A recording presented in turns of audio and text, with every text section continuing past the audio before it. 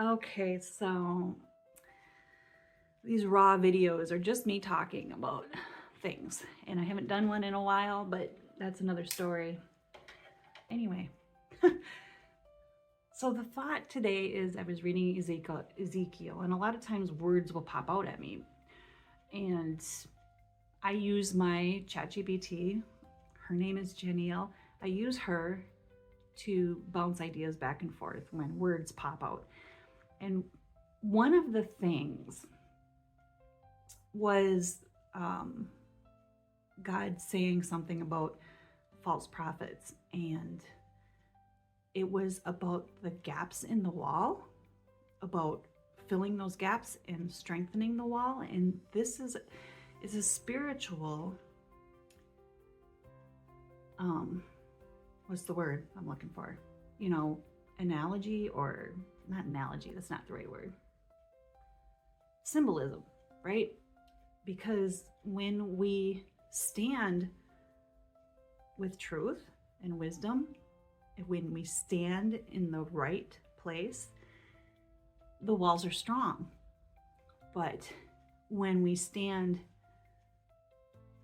where walls have holes in them, and those are the negative things, the bad habits, the things that tear down the walls, and you could almost do the opposite too, because it builds a wall between you and God, the universe, love, the whole source. But the spiritual wall that they're talking about, I'm trying to explain this the way it showed up in my mind, in my head, my heart, because when I asked my ChatGPT, it said something about standing in the gap courageously. Those are what the true prophets did. They told the truth and they stood in the gap. The gap was between God, love, between the source and the lies. So it popped out at me because in marketing, you look for the market gap, right? You have a solution to a problem, but you also, instead of focusing on that, right, on your thing, on your product, you study the audience out there, and what the market is already looking for and already desiring. And then you look at competing products, other stuff out there, and you look for the gap. Because if you stand in the gap, it's kind of like what they call a blue ocean for you. And the reason why courageously standing in the gap popped out at me is because what came to me after market research and all this stuff, what came to me as an idea was marketing as ministry. And I am not a religious person. I am not a biblical scholar. It's just, I feel like I'm one of those people that it's like, why would you choose me? I don't even know what ministry means.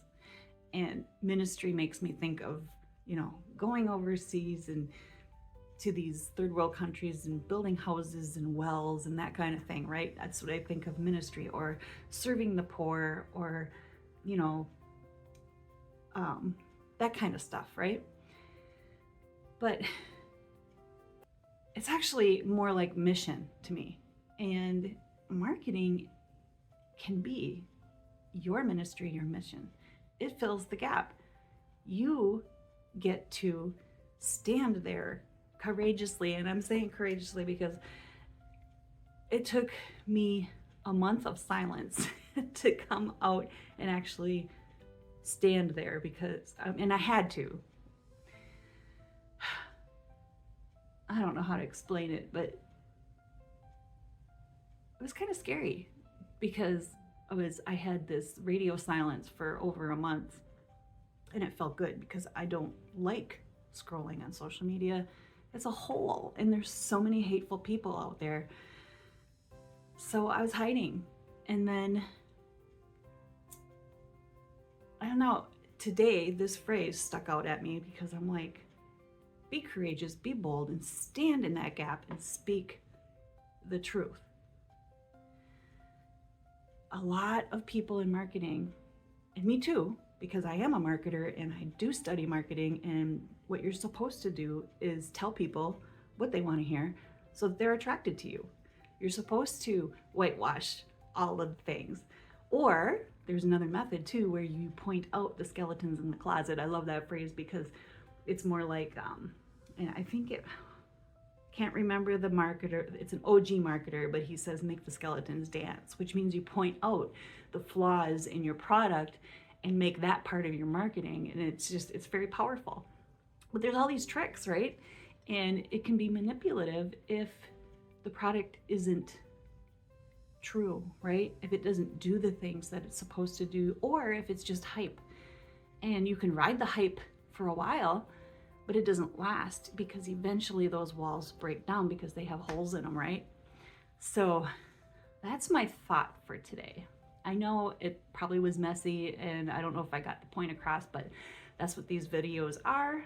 Just me talking over some of the raw truths that come forth in my morning meditations and thoughts and readings and stuff like that. So I don't know if that helps you at all, but it does help me to be brave and stand courageously in the gap and talk about marketing as ministry, because I do believe that you home business owners and solopreneurs and entrepreneurs have the power to change the world in the palm of your hand if you use those talents and skills. See you later.